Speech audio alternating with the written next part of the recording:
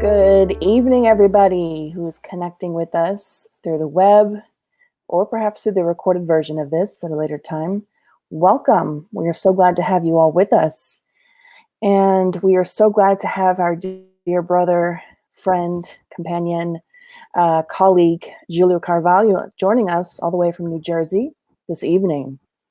But true to form, before we open up and begin and present our dear speaker this evening, we always like to open up with a short prayer, heartfelt prayer, connecting our minds and our hearts with the good spirits, with this divine vibration.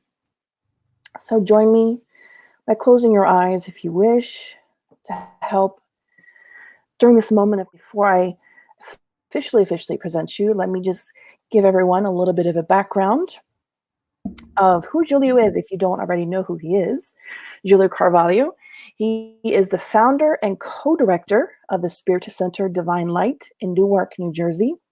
He is a member of the Tri-State Spiritist Federation, where he works actively in the Department of Public Speaking. He participates in national and international congresses representing the United States and the Tri-State Spiritist Federation. Professionally, he's a licensed clinical social worker with 20 years experience in public speaking in the field of mental health, group administration, and emotional well-being. He works as a psychotherapist for compassionate care hospice, and academically, he has his bachelor's in biology and a master's degree in social work from Keene University. We are so excited to have him here this evening talking about this amazing subject that really is, it never goes out of style and is always in need. It's caring for the body and the soul. It's a topic that we always need to revisit. So Julia, please.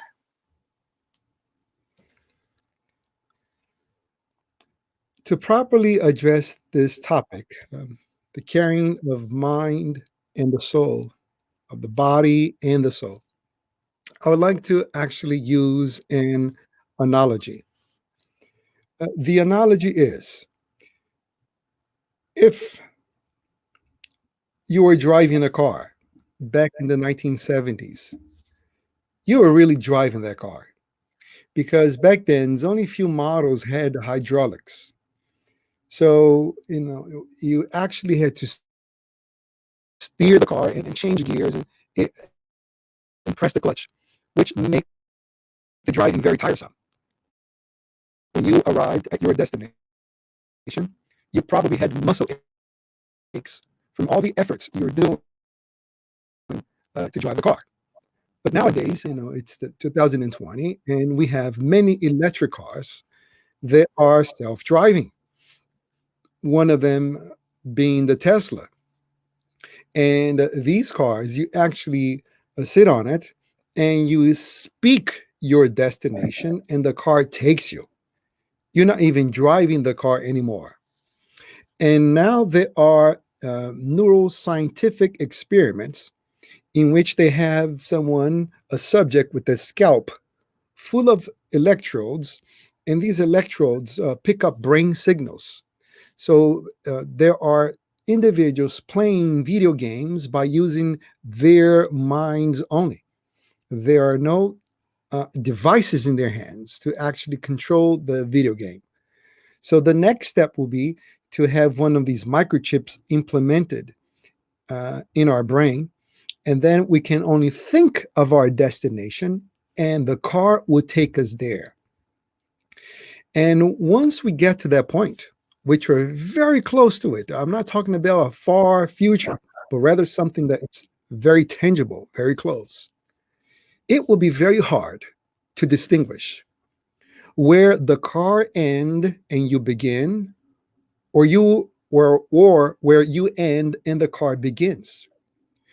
You will be so interconnected with your vehicle, with your car, that you will probably think that you are the car. It's going to give you the illusion that you are the car. And that's exactly what this machine is, our body. Our body is such a perfect machine that gives us the illusion that we are the machine. but we are not the machine. We are driving this vehicle. We are operating this vehicle. And obviously, it's not a vehicle made up of steel and aluminum. It's a vehicle made up of cells. And this vehicle has laws which must obey to it, biological laws. And in the Gospel According to Spiritism, which is the third book published by Allan Kardec in 1864, in chapter 17, which is entitled Be Perfect, there is a subtitle, Caring for the Body and the Soul. And in that subtitle, we will learn that it's our duty, it's our obligation to care for this physical machine. And why?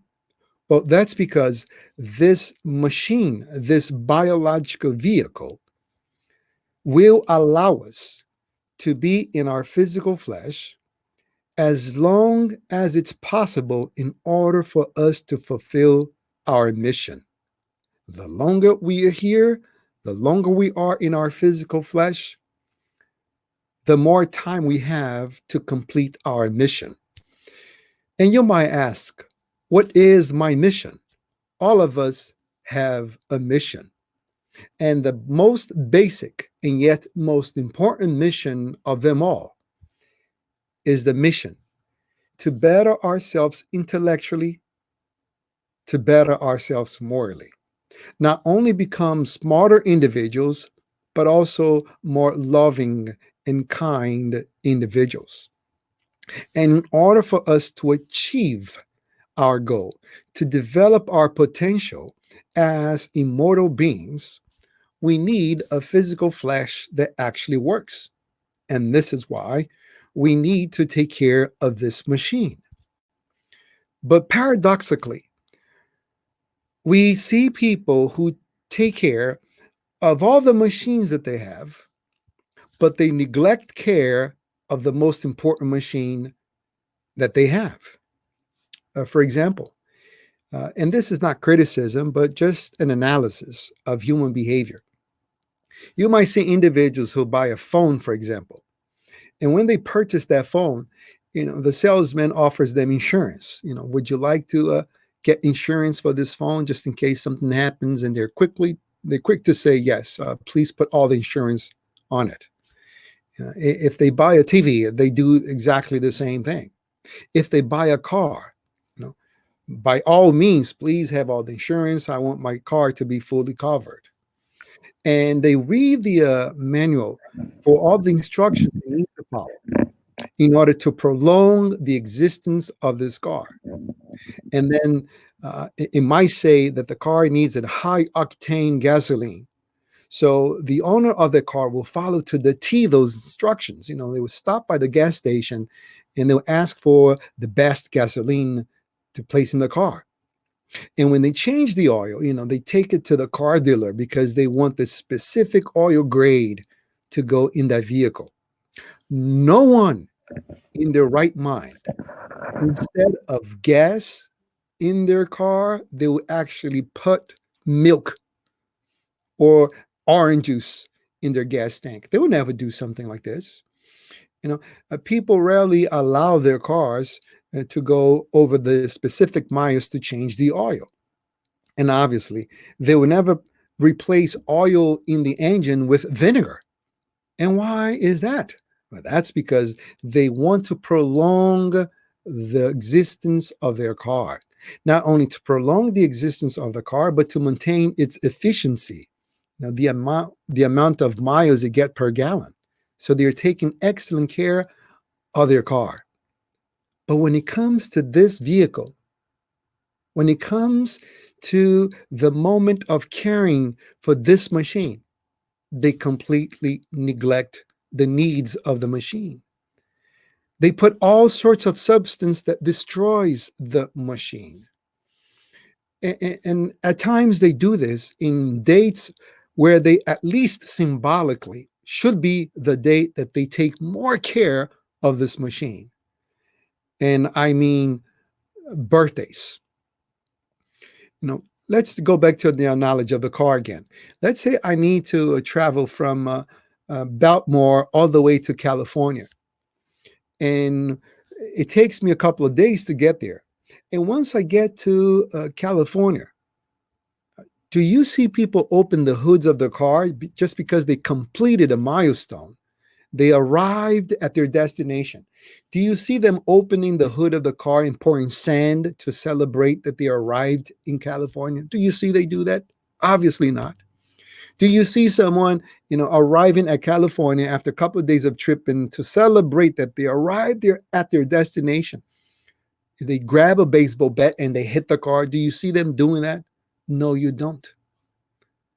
But when it comes to people's birthday, that's what they do with their biological machine.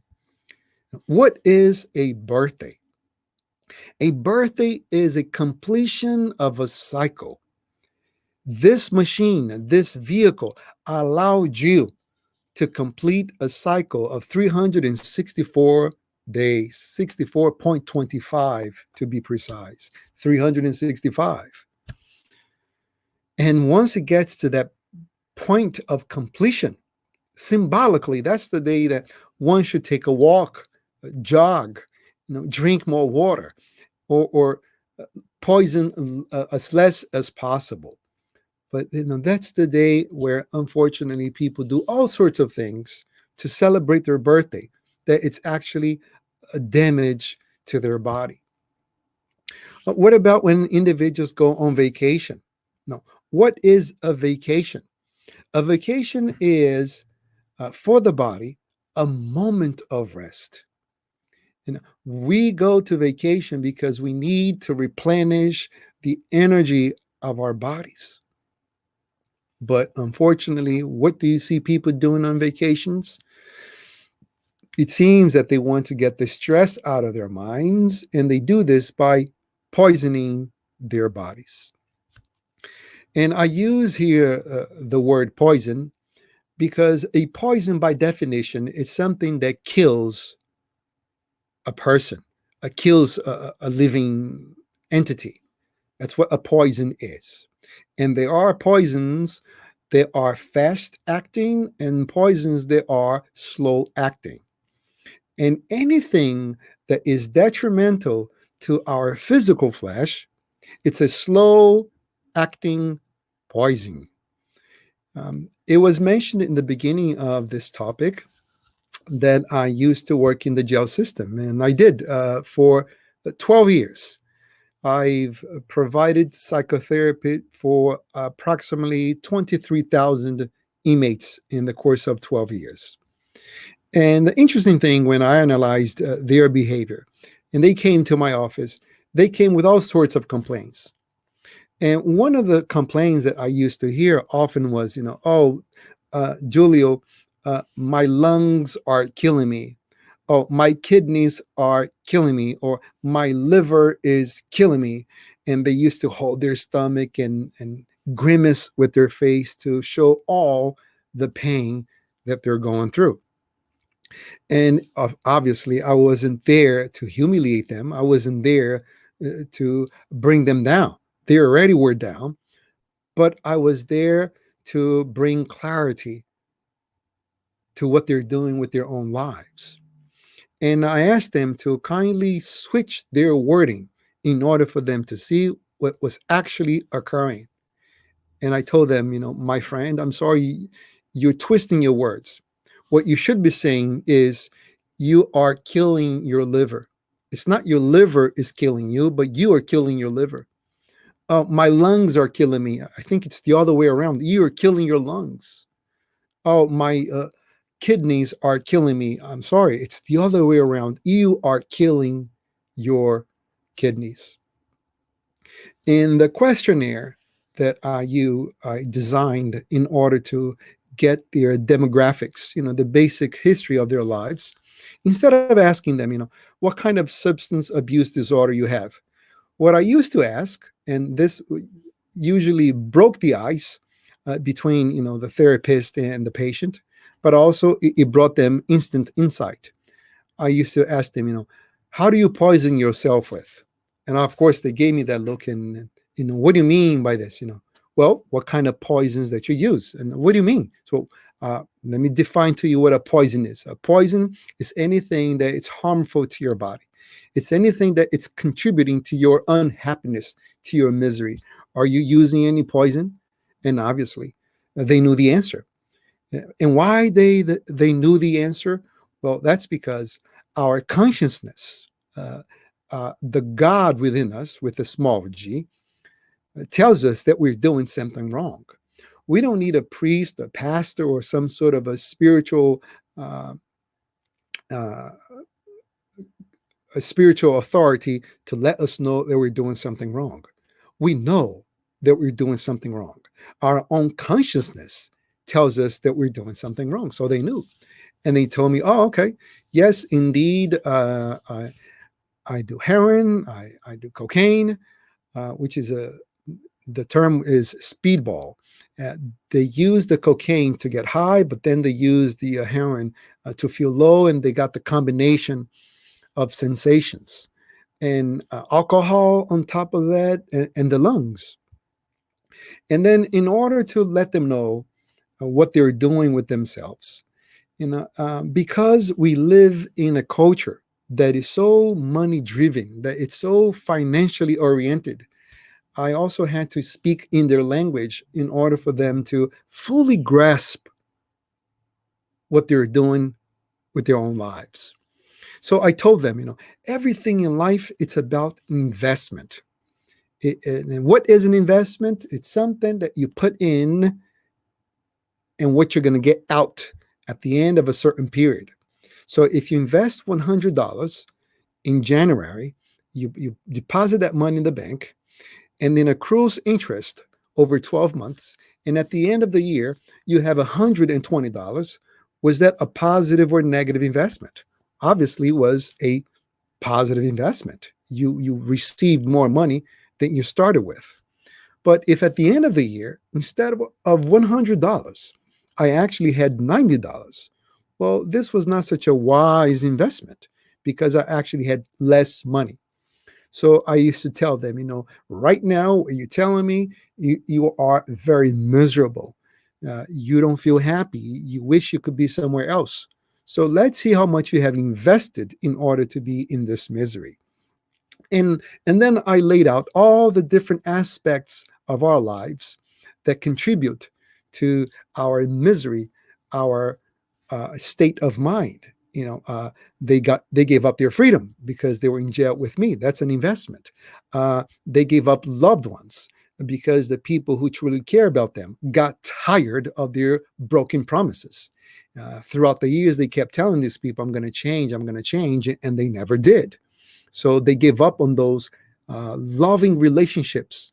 And who they have embraced instead? The most detrimental people they can think of, people who stab them in their backs without a thought, without giving a second thought.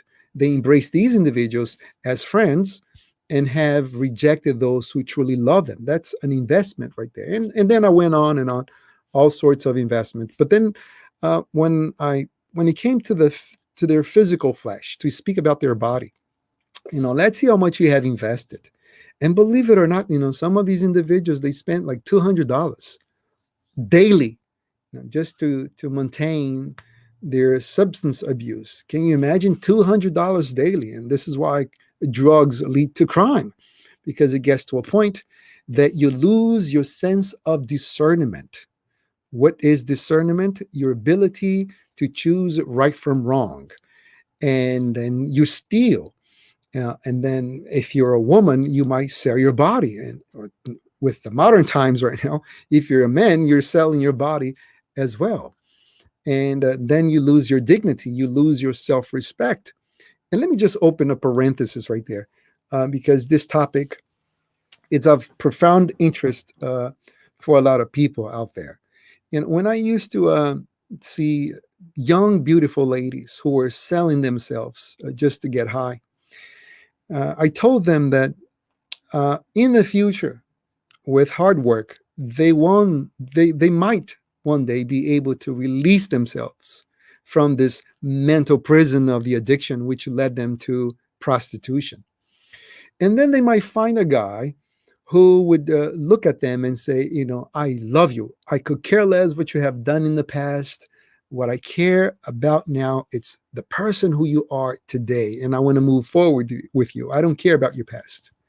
And I used to tell these young ladies that, once that moment comes, which might come if you work on yourself, you will have a hard time believing in this person's words.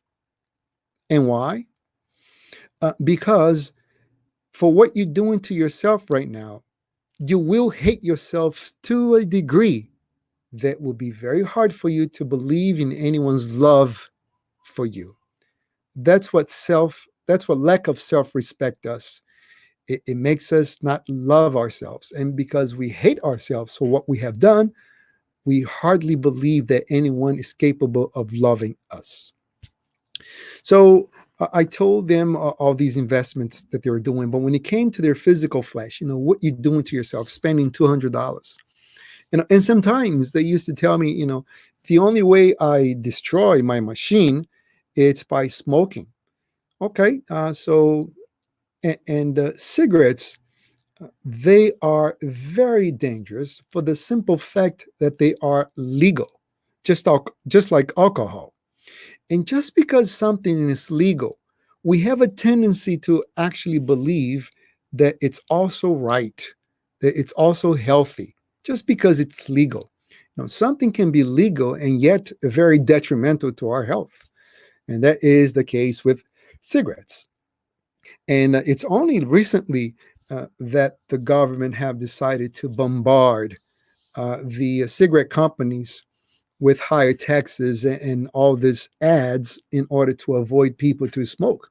And reason being is because the money that the government have spent on healing people from cigarette smoking has become higher than the money they were collecting from the taxes. So it became a question of numbers. It was not wise for the government to spend all this money while they're collecting less money from the cigarette companies. And this is why it started the ads, because all along, scientists knew the harmful effects of smoking. It's well known, documented, that when the soldiers were in Vietnam, the cigarette companies used to send them tons of cigarettes for free. And people back then were so naive, saying, oh, how good these companies are to help our soldiers in Vietnam. And little did they know that what they were doing, they were just guarantee a customer for life, because that soldier will come back from Vietnam addicted to their product and they will buy it forever. And the cigarettes that were sent for free to Vietnam cost them very little in comparison to how much that soldiers smoke throughout their entire existence, and many of them died of lung cancer. And what's the investment today in order to get lung cancer? Cancer is something that comes for free, but unfortunately, there's a lot of people who pay a very high price to get lung cancer. How much does it cost? Just to keep the math very simple here. Let's say that a pack of cigarette costs $10. I know here in New York City, it could be even a little bit more.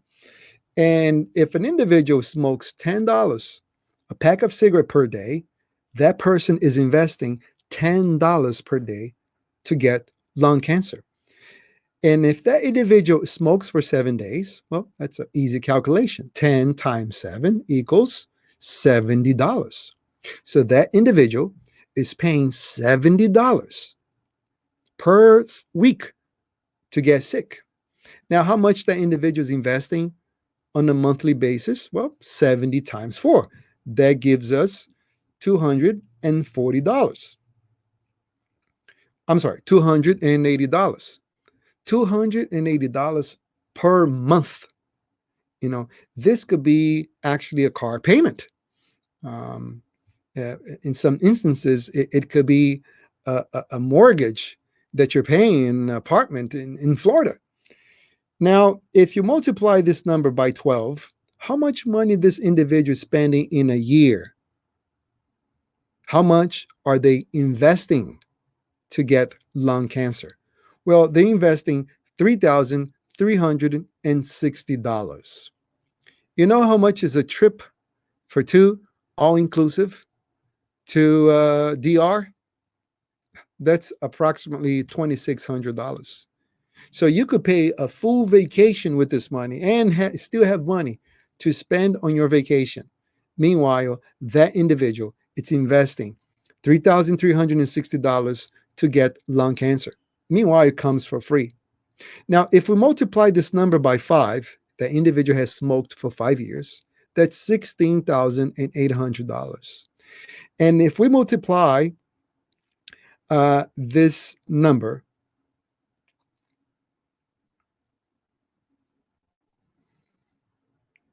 times 10, now we're getting here, in the $33,000, more than $33,000.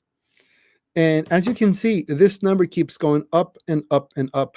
And if someone that has smoked for 20 years, this could be money as a down payment for a house. And what are they doing? They're investing to get lung cancer. And why was I talking about money with them? Because some of these individuals, this is the language that they understood. If I discuss anything else, morality, or you should prolong your health, none of these arguments would suffice. But the language they understood was actually money, and they felt stupid. And I mean the word stupid here, using your intellectual abilities against you. That's stupidity right there. And that's how they felt about themselves. And it was a moment of awakening. They looked at me and says, it's right. This is stupid.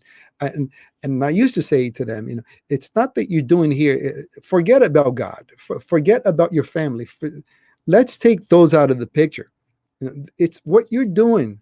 It's simply not smart, because you're using all this money to get sick. And of course, when we had these conversations, I did not create any false expectations, because you cannot control people's behavior. As a psychotherapist, what you can wish for is that you plant a well seed in their hearts, and it will be up to them to make those seeds sprout whenever they become psychologically matured. However, I had the happiness to see some of these individuals I spoke with change and moving forward with their lives, and finding jobs, and leading healthy lives. But that was the result of a combination of feeling all this moral pain, and also the enlightenment from understanding what I was doing against myself. So to treat this physical body, to care for this machine, it's an obligation. And those individuals, they deliberately choose to do something that was harmful to them. But nowadays, we are doing harmful things to ourselves without being aware that we are harming ourselves, that we are poisoning ourselves. This physical machine is under biological laws.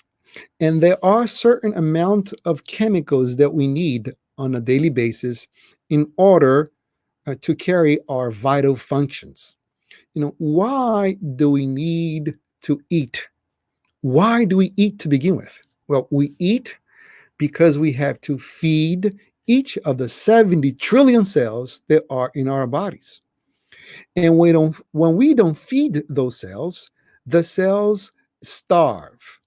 And if the cells starve, we have a weak immune system. And if we have a weak immune system, we are prone to diseases. Any sort of virus, pathogens that come in our way, we would be vulnerable to develop the symptoms from these pathogens. But nowadays, what we find is the phenomena of people actually putting stuff in their mouth, and yet they remain starved. Because they're starved. Because there's a big difference between putting stuff in your mouth and nourishing yourselves. To nourish my body, to nourish this physical machine, is to provide the necessary nutrients that each of my cells need in order to carry on its vital functions. But when I put stuff in my mouth, such as plenty of fast food that has no nutrients except lots of calories, I feel stuff for a little while, but because I haven't nourished my cells, I'm hungry again within a couple of seconds. And the reason I say we are not solely responsible for this, it's because the environment that we're living in can be very toxic. And it can be very toxic because since we are living in a society that is predicated by financial gain, we are under the influences of powerful corporations. And most people don't realize how powerful the food industry is. We have three very powerful industries that actually controls government. You are a fool to believe to think that the president is actually the one is in control of everything. You know, the legislators, those who create the laws, they are the ones responsible for uh, most of your lifestyle, the things that you are influenced by. And the legislators, those who establish the laws, are controlled by lobbyists. And these are individuals who are paid by powerful corporations in order to maintain their agenda. And it's very interesting to notice with the COVID-19 crisis that you could see in the CDC website. This is a Center for Disease Control. This is the highest department in the US that controls medicine, food, and many different aspects of our health. And it states plainly there that people who are susceptible to developing the COVID-19 viruses are individuals who are suffering from a comorbidity. And you hear this stuff too in the news. And what are comorbidities? These are other health conditions that makes your body vulnerable to develop the COVID-19 symptoms. Some of these comorbidities are hypertension, diabetes, problems with your heart, all kinds of cardiac impairments, obesity, and asthma. And interesting enough, although you hear this stuff in the news, uh, most of these comorbidities are the result of what we eat, our diet. But do you hear the news talking about the diet? Do you hear in the news any product being discussed as a culprit for diabetes, for obesity? The numbers are very sad. It's staggering. The US, out of the developed countries, is the one that spent more money on health, and yet is the country in comparison with the developed countries that is the most sick. And 70% of its population are obese. And why is that? Well, here comes individual choices together with a toxic environment. So the first industry that is the most powerful is the military industry. The second industry is the pharmaceutical company. And the third industry is the food industry.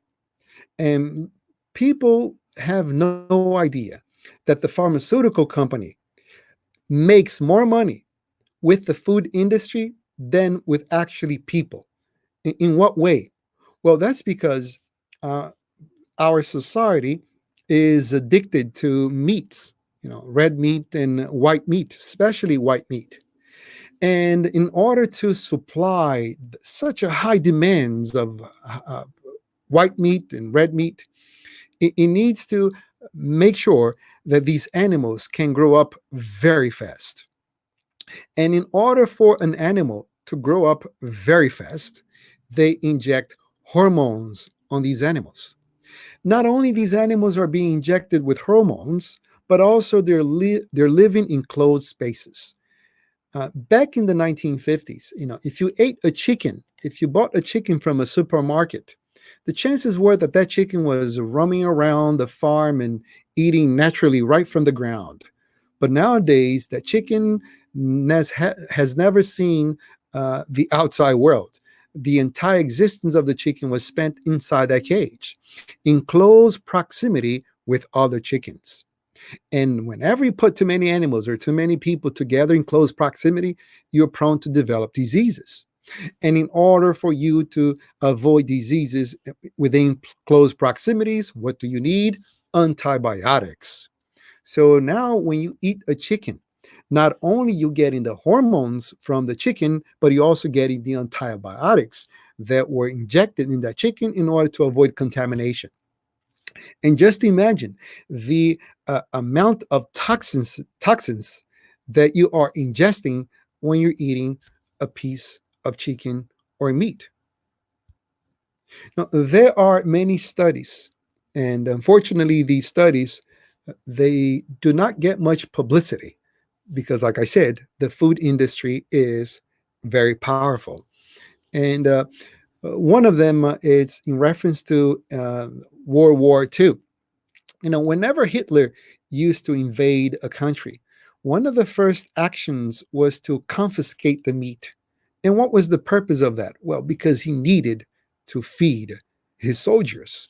So the country that he actually invaded, the people of that country wouldn't have any meat.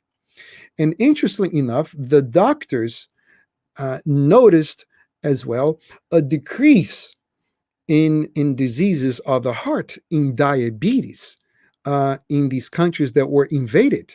And for them, this was astonishing and also unavoidable to associate the lack of meat with better health. And for those of you who think that I'm advocating for a life of plant based diet, it's not so much so. But what I'm saying is that I grew up eating meat, and but our financial conditions did not allow us to eat meat every day. We probably had a chicken every Sunday. And from where I come from, the chicken was actually roaming around a farm. So it was a very healthy chicken. That's when we had chicken. But nowadays, how many times people eat meat? They eat in the morning in their breakfast, at lunch, and at dinner. So their bodies, they are constantly bombarded with all these chemicals. And one of the highest cancer here in the US, which one is it? Colon cancer. All these chemicals that are stored in our bodies. Another thing that's actually very detrimental to our health is sugar. And you won't hear right now with the COVID-19 crisis and the comorbidities that produces all these symptoms, you won't hear about the food that actually causes the comorbidity. That's the interesting thing here. And why? Because the corporations are very powerful. If you are a newscaster, if you're owner of a channel, and you actually charge a lot of money to place the ads of some of these food industry companies, now, how in the world are you going to talk about them, in your news segment? You can't. You are prohibited. There are even contracts. So we live in this toxic environment that we are not fully aware of the things that we are putting in our mouth. And we usually associate diabetes with sugar alone, when diabetes is also caused by red meat. And even if there are individuals who are conscious of the dangers of excess sugar, when they are purchasing your product, they're still looking for the word sugar in the label, and that's what they're looking for, without realizing there are 52 different names for sugar. Back in the 1970s, the Japanese learned how to synthesize sugar from corn, and they created high, high fructose corn syrup. And you have that in sodas, you have that everywhere. It's a cheap kind of sugar. And people start eating sugar everywhere because one of the things that they discovered, and the scientists, is that sugar is actually 4 times more addictive than cocaine.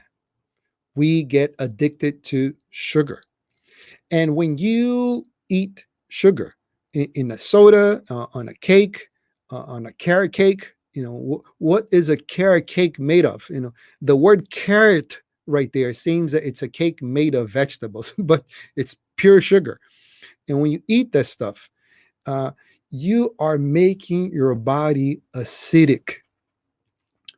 And the Nobel Prize in chemistry, or I'm sorry, in medicine, was an German physician. I believe was back in 1942, and he discovered that tumor cells can only grow in an acidic environment. And how can we make our bodies acidic? By consuming lots of sugar. And he discovered that the tumors won't grow in an alkaline environment. And how do you make your body alkaline? By bringing lots of oxygen to your body through green leaves, through vegetables and fruits. And but you won't hear this stuff because it's much financial wise for the companies to sell you pills, to sell you treatments instead of telling you to eat healthy. And as a matter of fact, our doctors, when you see a doctor, uh, this doctor barely received any training in medical school when it comes to food.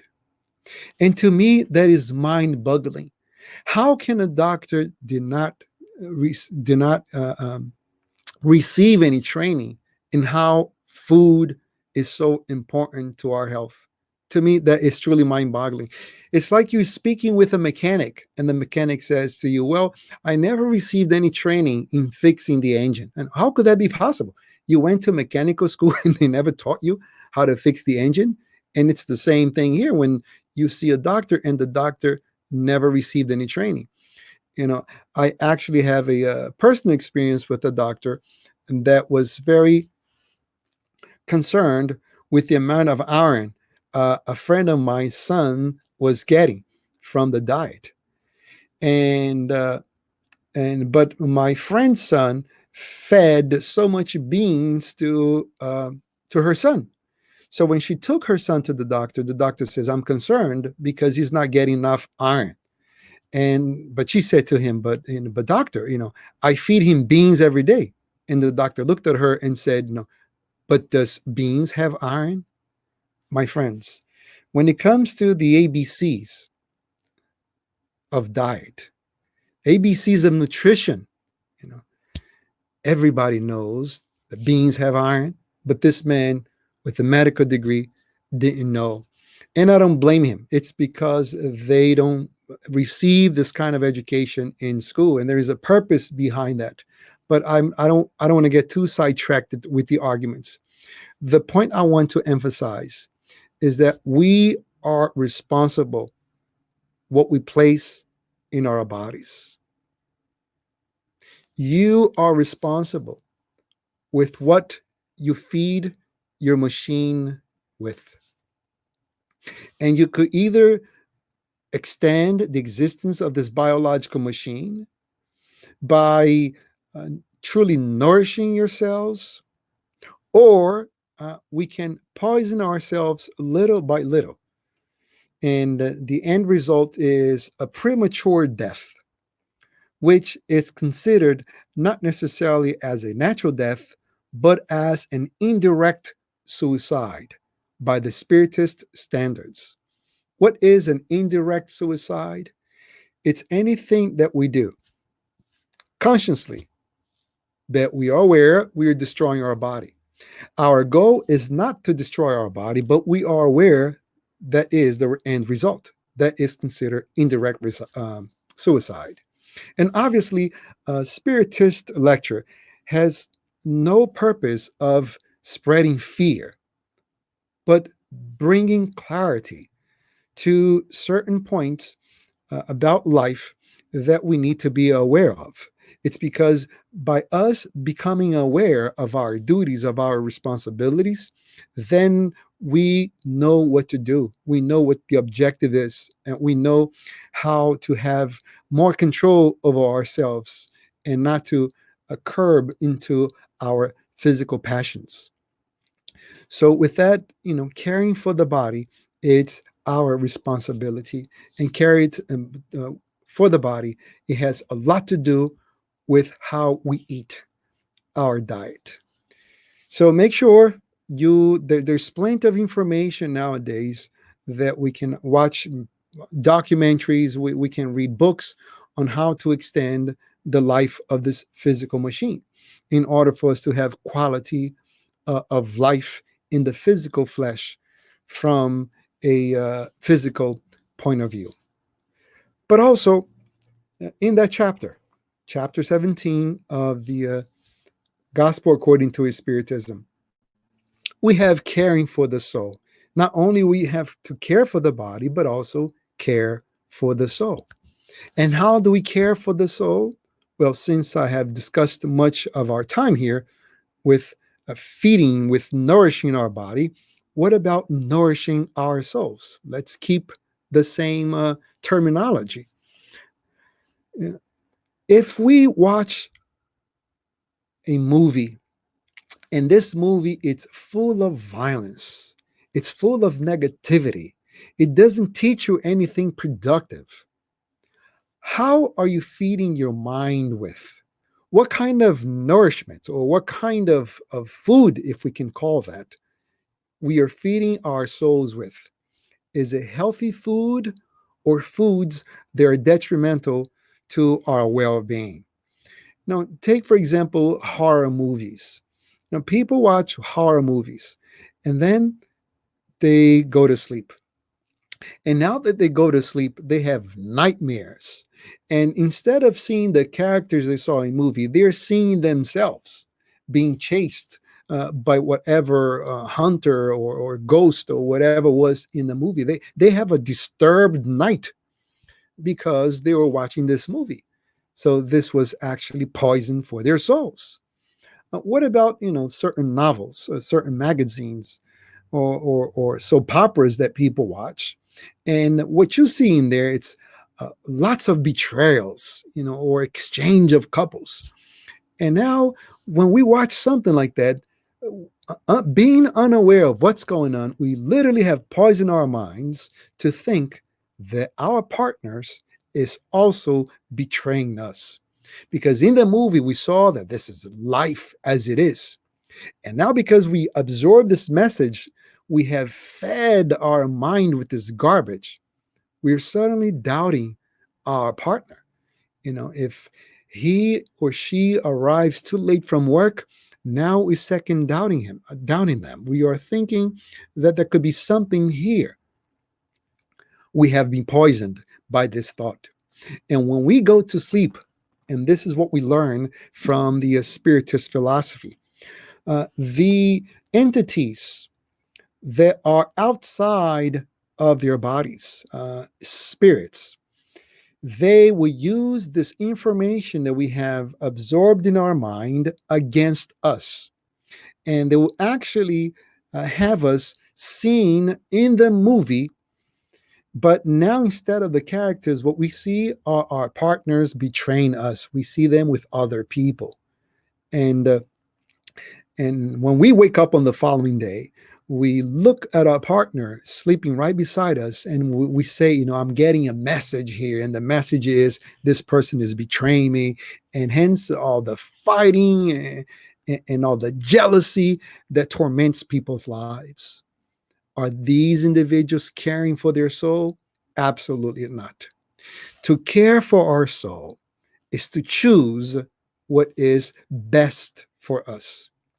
And although we might like to watch certain kinds of movies, just like the same way someone should stop smoking because it's not wise for them, my suggestion is stop watching those movies, not because it's a sin. You're not doing something against God. Forget about that. It's not a wise thing for you to do to poison your mind with this content because it really disturbs you. And as far as trying to scare you, I think the news do a good job to scare us. That's what they do. They profit in scaring people with all the negative information because they survive on ratings. And if their ratings are not up, if people are not watching, they lose money. And they do an excellent job of scaring people. So we don't need to pay a movie. We don't need to go to a movie theater to paid to feel scared. It's not a wise thing to do to your mind, to your soul. We need to nourish our souls. And how do we nourish our souls? Well, we nourish our souls by watching movies that are positive in content, they're uplifting in content, that helps you to build up courage, it helps you to develop a faith, a certainty in your future, certain in yourself that you are capable of uh, beautiful things that store that develops faith in humanity. Nourish your mind with books that are uplifting. And it doesn't take much for us to nourish ourselves. Take, for example, this tiny little book here called Happy Life. If you read a page of this book, it won't take you more than a minute. So, in the morning, when you wake up, nourish your soul. And how? You read a page of this book. And after you have read a page of this book, what's the next step? Well, you're either going to brush your teeth, you're going to take a shower. And why are you brushing your hair? Why are you brushing your teeth or you're washing your hair? You could actually think about what you just read and visualize how your day will unfold. And many people do visualizations all the time without realizing that they're actually visualizing how their day will be. And but they do it for the opposite. They watch some of these horrible movies. It gives them the wrong message, lots of betrayal at the workforce, supervisors betraying their own employees and companies stealing other companies. And then they wake up with this information in their mind and they brush their teeth, they wash their hair thinking, my day is going to be horrible, my supervisor is terrible, my coworkers, they're a bunch of thieves, and all they want is just to step on me to get to the level they want. And what am I doing at that moment? I am visualizing. And as my day unfolds, I will do everything I can to make sure that prophecy comes true, because it's what I have envisioned for myself. And it works perfectly well for the negativity. And why it shouldn't work for the positive? It's just a question of where we're going to concentrate in.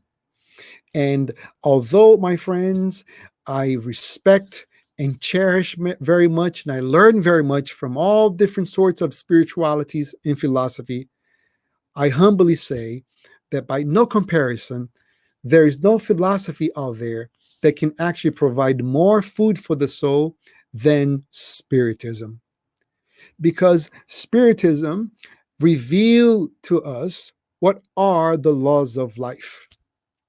And its instructor, its codifier, its organizer, Allan Kardec, brilliantly stated in the 7th chapter of the conclusion of the Spirit's book that if Spiritism is well understood, if you read the Spirit's book, consequently, you will arrive at 3 conclusions. First, the lack of fear of death. You will no longer fear death. And why is that? Well, that's because you will finally understand that once again, this is nothing but an envelope. It's a biological machine. You're not this body. You're conducting, you're driving this machine.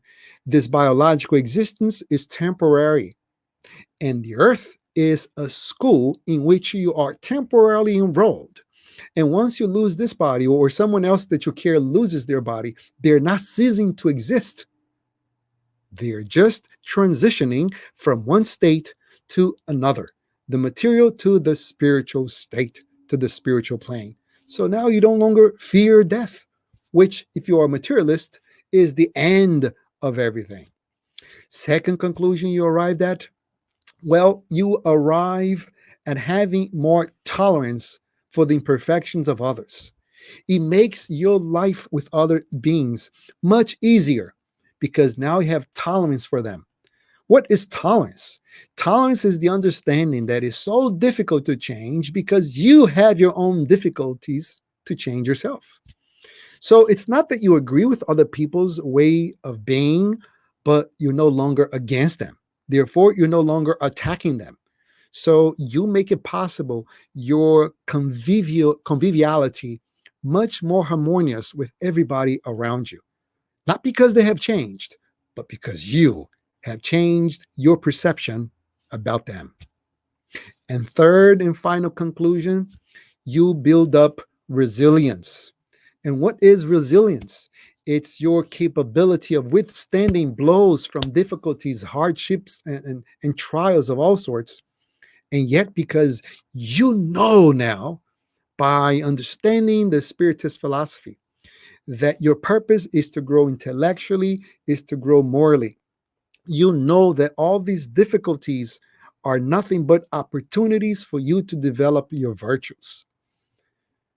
God is not against you. The supreme intelligence of the universe, it's always offering you opportunities for you to develop yourself, for you to become a better version of yourself. Care for your body, but also care for your soul. This physical machine needs to be extended as much as possible in order for the soul in it arrive at its conclusion, which is to finish a chapter of a physical existence much better than we arrived. Love and serve. Keep nourishing yourself with this wonderful philosophy, the Spiritist philosophy. And that way, you surely will be much closer to fulfilling your purpose in life. Thank you for your attention.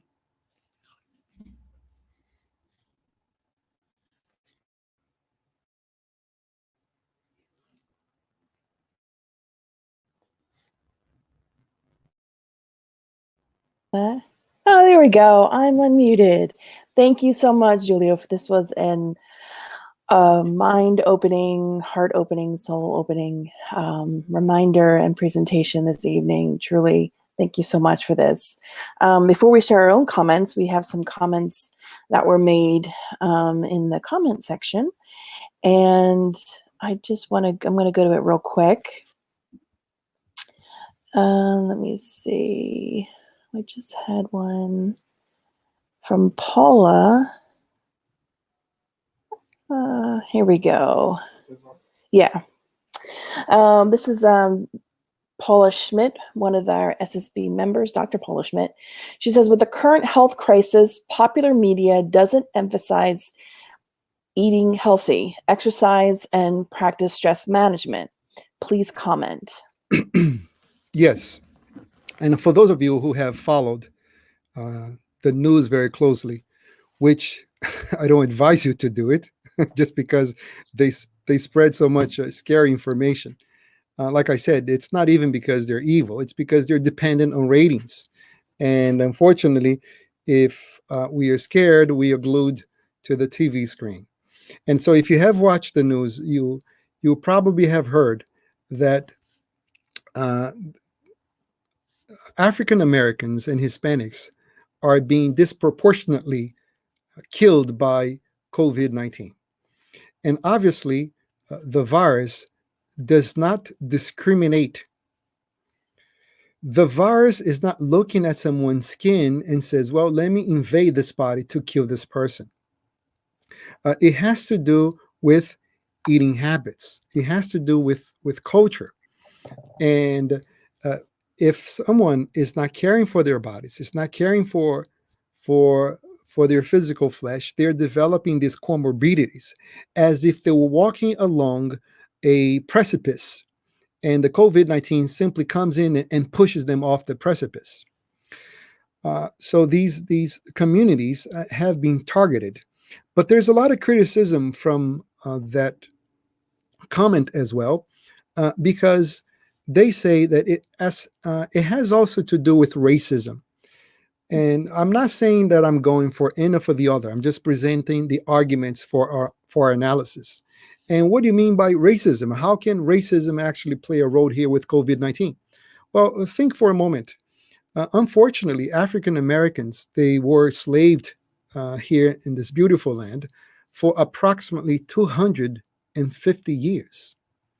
So if you think for a moment that a person whose ancestors were not slaved, that person's great great great grandfather transfer their earnings to the great grandfather, and then to their great grandfather, to their grandfather, until arrived at this individual today. So this individual whose ancestors were not enslaved actually had more financial means to make a financial career more promising. They were able just to go to school when they went to college, and therefore they could concentrate on their studies and get better grades. And with that, better chances of going to a master's, going for their master's or going for their PhD and so forth. So here comes the COVID-19 curfew, and governments and state authorities tells people, everyone stays home. And if I have a computer job, if I am a PhD, a master's degree, and I can actually sit at home, I can protect myself from contamination. But if my ancestors were slaves, I have not earned all this money that's supposed to tickling down all the way to me. And as a result, I have a job that it's more of a physical job. I drive a bus, for example. And because I drive a bus, I cannot attend to the curfew. I have to go to work. And because I have to go to work, I have to expose myself. And by exposing myself, I have, unfortunately, better chances of contaminating myself with COVID-19. And if I have some of these comorbidities, what's going to happen to me? I'm very prone to die. So what I was saying during the lecture is that the food industry controls what we believe it's healthy for us. For those of you who went to school back in the 1980s, you all remember that pyramid of food, the things we're supposed to eat. And we are indoctrinated, that we must drink milk because milk has calcium, and calcium is good for us. Well, what they're not telling us is that the cow which we're getting our milk from has no time to rest. Because, if you understand a little bit about milking, about lactase production, the cows, they go through a certain period of being dry, and it's their natural biological rhythm that must be respected. But even that, it's changed because with their hormones, the cows are gigantic, much bigger than they're supposed to be if they were fed naturally.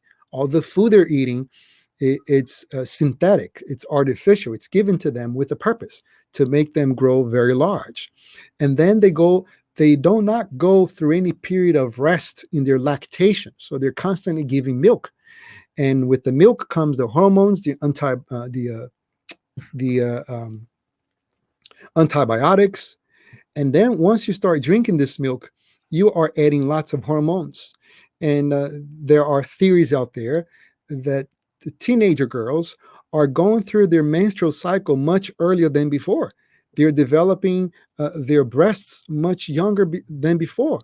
And why? Because of all the hormones they are receiving from this diet. But we don't hear none of this in the news, in your conventional media, because the food industry is very powerful.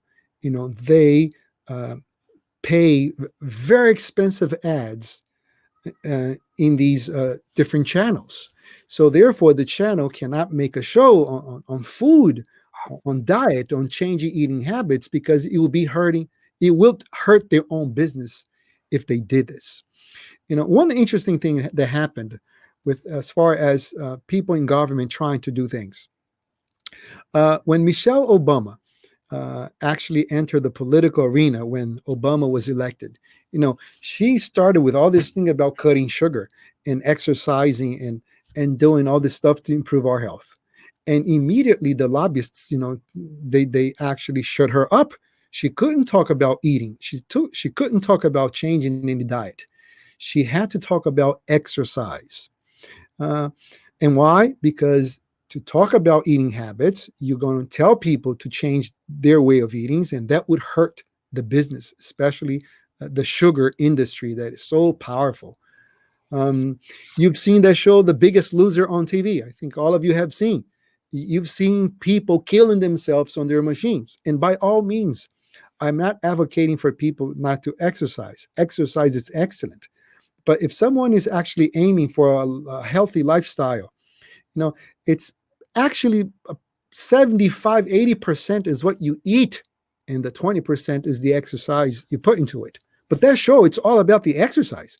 You rarely see them talking about food in the show. And there's a reason behind that. It's not that they don't know.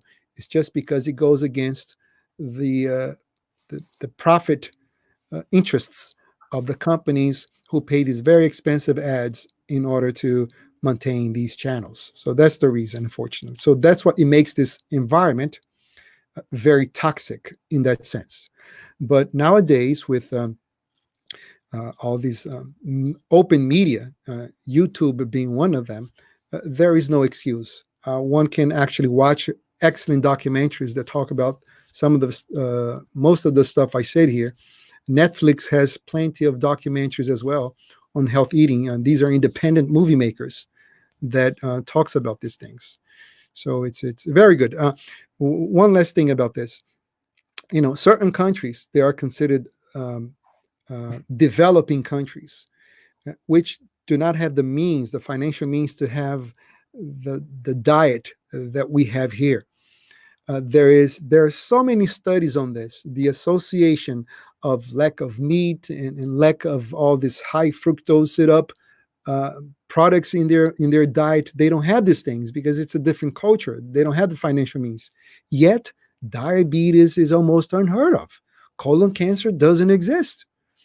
So the association is right there. It's very clear. So it's not a lack of science. It's not a lack of knowledge, but rather political forces behind the scenes controlling what we eat. Wow. It's great food for thought, not to excuse the pun, but it's amazing. We're going to share some other questions that we got. One from Aba Morales. She says, in your experience working with people undergoing addictions, what do you see as the key point for them to start their way to recovery? The key point is that they need to do it for themselves. This cannot be for their mother, for their wife, for their child. It has to be for themselves. Even in that aspect of our lives, one can say that selfishness at that point is actually good. We Spiritists constantly talk about selfishness as being a bad thing. And selfishness is the result of our developing motions throughout evolution. So selfishness is not something that we're going to get rid of it, but actually will sublimate it, will change to something else. So these individuals who are under any kind of addiction, they need to do it for themselves. That's the turning point when they finally realized, it's my life. I'm the one here getting all this misery. I'm the one who's suffering. And if I don't change my strategy, I'll just get more of what I just have, which is more misery. So, and for some of these individuals, were actually going to jail was the changing point. And at least the jail that I worked at, it was not the jail of the movies, what you see. People are actually very protected, at least in the jail that I used to work at. And they were stuck in a cell. And because they were stuck in a cell and they didn't receive any visits, and let's say they were addicted to heroin, what happens when someone gets addicted to heroin, to cocaine, to alcohol, it gets to a point that they lose their discernment. Once again, what is discernment? To their ability to choose right from wrong. And so they go into this world of being in the streets, and they could care less about themselves or anyone. They're not thinking straight. But once they go to jail, Not going to. and they get, a month clean, and they're 2 months clean, and suddenly they start thinking straight again. And they realize, oh my God, what was I doing to myself? And that was one of a symbolic way of seeing jail. For some people, jail was hell, and for some people, jail was heaven. And when they initially entered jail, it was actually hell for them because they were going through the withdrawal symptoms. And it's horrific to watch withdrawals from heroin and especially from alcohol.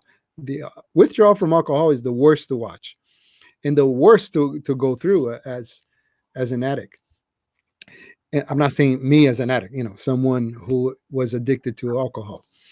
And but 3 months into jail, and now they're thinking straight that what they're having is just water and the meal, which is not the best meal in jail, but it's actually nothing that is toxic. And they thought straight, and they made big promises to themselves before they went out to the streets again. But the challenge was to keep that mentality. And if I explain thoroughly what they have to do, it will be another lecture because it's about how do you get addicted and how you get out of addiction. It's a whole lecture. I could actually make a whole seminar on this. But there are different aspects that contributes to your addiction, and there are different aspects, there are different conditions that need to be met in order for someone to remain clean. And that's where some of them fell. Once they had the mentality, they were clear, they were good, I want to move forward with my life, but then they were released and they were sent back to the same communities that they came from. And unfortunately, at times they were forced to be surrounded by the same quote unquote friends. And then, started with cigarette again, and then alcohol, and from alcohol to marijuana, from marijuana to cocaine, heroin, and boom, they were again on that addiction path of destruction. So their turning point is wanting for themselves, and we cannot make that decision for someone else. Thank you, Julie. That was very powerful and a great reminder. There are so many sons and daughters of God that are suffering from addiction. We actually have another question and comment, actually, that wasn't in the chat. It was in a private chat that was sent to us. And this is from Yasko Arakawa. She said, "Thanks, Julio, for wonderful reminders to take good care of our body and our soul. You said in the beginning of your talk that the longer we live, we have more opportunities to fulfill our mission. But if the choices, whatever the reasons or whoever's faults, are continuously wrong, this equation won't work, jeopardizing the plan for progress. Thus, if life is shortened, wouldn't it be better for the progress of this individual? Wouldn't it be better if the higher out of mercy, I guess he means the higher spirituality out of mercy in some cases, removes this individual from the physical life?" Let me rephrase that question again. If someone is not making any progress, wouldn't it be better for that individual to actually go to the spiritual plane, die as fast as they can?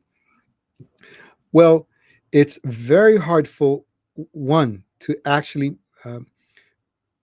determine what would be best for that individual. Obviously, from our point of view, from our narrow perception, of that individual's lives, that's the conclusion we might arrive.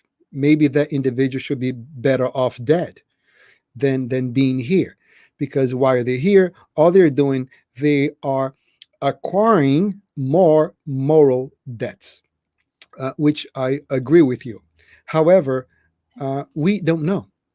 We don't know what is the best for that individual. We don't know the specific circumstances of that individual. Can someone actually go to the spiritual plane in advance just before they make a big mistake, just to avoid a big moral debt? Yes, that is possible. And there's actually a book, unfortunately, I don't think it's translated, by Manuel Filomeno de Miranda, that actually talks about someone in the religious arena that unfortunately allowed himself to uh, be influenced by all these negative forces through the ambition of power, through the ambition of money, through the ambition of sex, through the ambition of narcissism. And these four forces actually brought this individual to a point in which he was about to kill someone.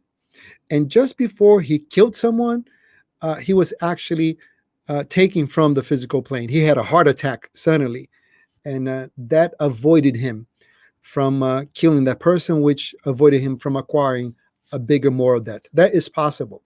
But for us to actually look at someone's life and say, this person would be better off dead, it's something that we don't know. Because when we are in the spiritual plane, especially if we are very sick and we are reincarnated, we get here, being here with all the trauma, with all the problems, it's actually the healing process. That's the part we should not lose sight. Being reincarnated, it's a healing process. We can actually see Earth as being a gigantic hospital in which we're all being healed. Each one takes uh, longer than others. But that's what the being reincarnated, it's all about overcoming our negative tendencies, um, overcoming the impulses to curb to our passions. And because of selfishness and pride, one has made many mistakes which contributed to our moral debts. And being here in the physical flesh, it's a way to heal that process.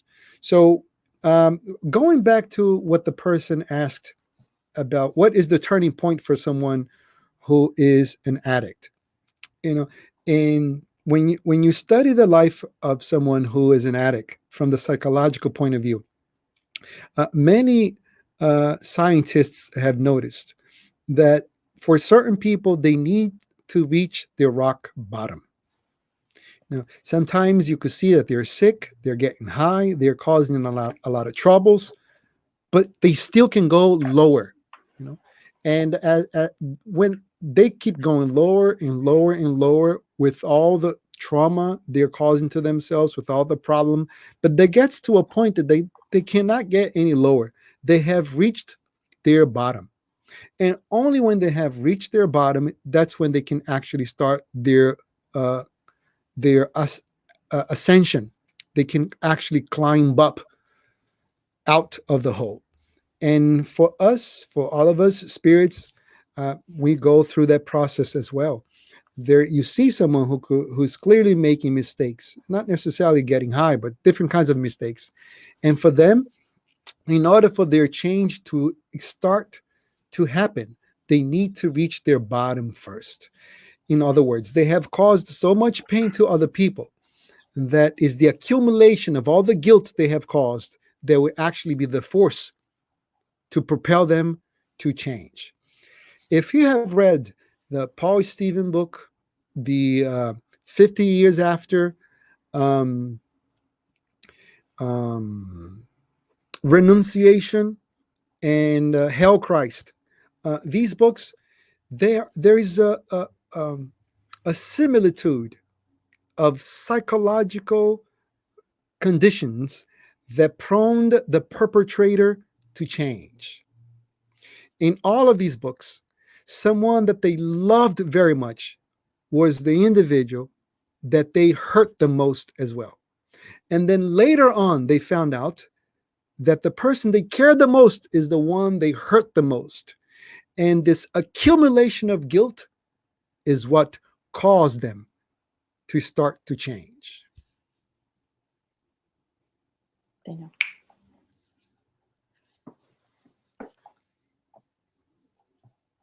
Absolutely. Wow. Thank you so much for sharing those responses, Julio. There's so much suffering still yet in the world, and you have great experience professionally and otherwise with that. So thank you for sharing that with us. We did have some comments in the chat, and you did touch on this as well in regards to our diet. There were some comments about plant-based and things of that nature. We just wanted to reference in from the Spirits book, questions 722 to 725, for those of you who would like to go back and review that. The Spirits do talk about abstention from certain foods and whatnot, just a reference, because I know that there's a huge push for, and I'm not saying one way or another, I'm just, as you were saying earlier, Julio, just sharing facts and sharing things from the Spiritist perspective. So for those of you who are wondering or curious about that, you can read questions in the Spirits book. It's part 3. I believe it's the law of Conservation. Thank you. So you all can read that. It's very beautiful. We do just have others who were just making comments, just thanking you for this evening as well, Julio. And just something else that came to our mind as you were speaking were a couple of things. One is from No Solar, when they talk about diet in the spirit world, as well as I want to say there's a case in the Messengers about a woman and her diet, and she's on the physical plane, and how that is affecting her body, and actually even how it's affecting during the mediumistic meeting as well. So it's something for us to really just educate ourselves about, and we really appreciate your approach to this. Was a very non-judgmental, not pointing fingers, but one of education and self-empowerment and self-responsibility, which ultimately we believe is what Spiritism is here to teach us. It's not about you're a bad person, but how can we take personal responsibility and take better control of our lives and use all that which is positive and not be led like sheep. So we have many people that just were sharing. Paula just has much gratitude for this practical, inspiring talk. This should be on 60 What Minutes. an exaggeration. Well, I don't know if that, I I appreciate the her. stimulus, Paula, but Abigail from the Spirit Society of North Beach. I should thank you so much, Julio. God bless you. I miss you. Leonardo Vieira, thanks, Julie, for this great talk. I know I'm going up, Daniel. Ida Sama, thanks. She's one of our members at the SSB. Thanks so much for this wonderful talk this evening. God bless you. Also, Raquel, thank you. There are many people here that was just really very grateful for tonight's presentation, Julia. We wanted to share that. And thank you to my technical staff in the back here that are sharing some of the comments as well. Fatin, she said, excellent lecture again. Thank you a lot for all the good food for thought. Can I please take this opportunity to thank you for your video on the power of forgiveness on YouTube? It was life-changing for me. So for those of you who are not aware, Julie does have a ton of videos on YouTube. They are wonderful. Please go ahead and you can Google him. You can look him up on YouTube. And there's something else I wanted to mention I'm completely forgetting, but that's okay. But there is a lot of material that Julia has produced over the last 1 to 2 decades, or at least the last decade or so, give or take. So there's a lot of material in English that you can get your hands on that are truly inspiring and uplifting. So don't forget to check that out as well. Raquel, again, just talking about holistic nourishment. Not only do we feed our bodies, but also our minds. Very nicely put. Thank you. And there's a ton of other comments here. We don't have time to share every single person's comment. Otherwise, we might be here for another half an hour. But definitely thank you for all those who have been watching from different states, from different locations. We know that this can be viewed again. This was truly an uplifting and a great reminder for caring for our body and for our soul. Julio, do you have any final comments you wanted to leave us with before we close out with our final prayer? Yes. First of all, I want to thank all those who have made the comments.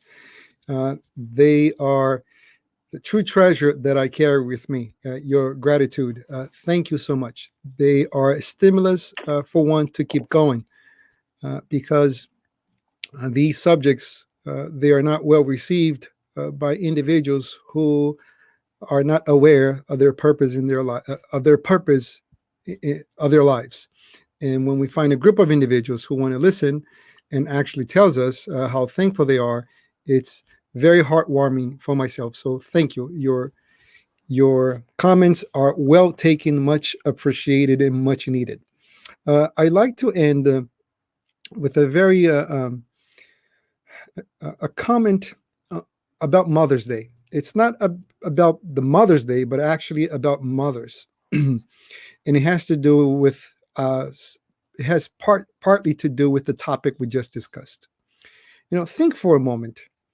When someone is pregnant, or your mother was pregnant of you, what was happening, inside your mother's body?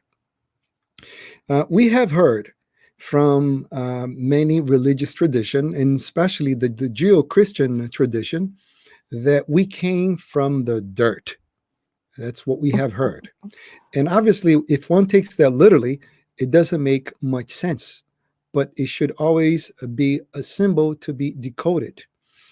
And think for a moment, when um, your father's sperm met your mother's egg, and that became a zygote. That zygote, in order to continue its multiplication, it needed energy in order to grow.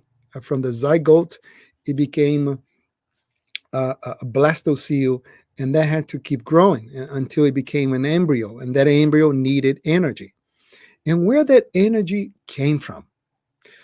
Well, your mother ate in order to have energy. So she ate chickens, maybe she ate fish, she ate a cow. But the cow, the fish, and the chicken, what did they eat? Well, they ate vegetables, they ate corn. And what did the vegetables and what did the corn uh, eat? Well, they ate nutrients from the earth. And these nutrients from the earth actually came from the sun. So when our solar system was being formed, uh, our planet, it's actually a conglomeration of stardust. Meanwhile, when the sun was being formed, the planet was being formed as well. So when your body was being composed inside your mother's womb was actually composing. What does the word composing means? To put together these parts. And what are the parts? Amino acids that became proteins, and all the nutrients to make the embryo go. So we truly came from Earth, because the vegetables that your mother ate, they themselves ate dirt, ate nutrients from the dirt. So it's a process of composition, of putting together. And then what happens when our body dies? It goes through a process of decomposition, which is to break apart. And those same molecules that made up you will go back to Earth in order to feed other bodies, in order to nourish plants and nourishing trees. So when you eat a fruit, you're eating molecules that composed other people's body. So even in nature, we have an eternal recycling of parts.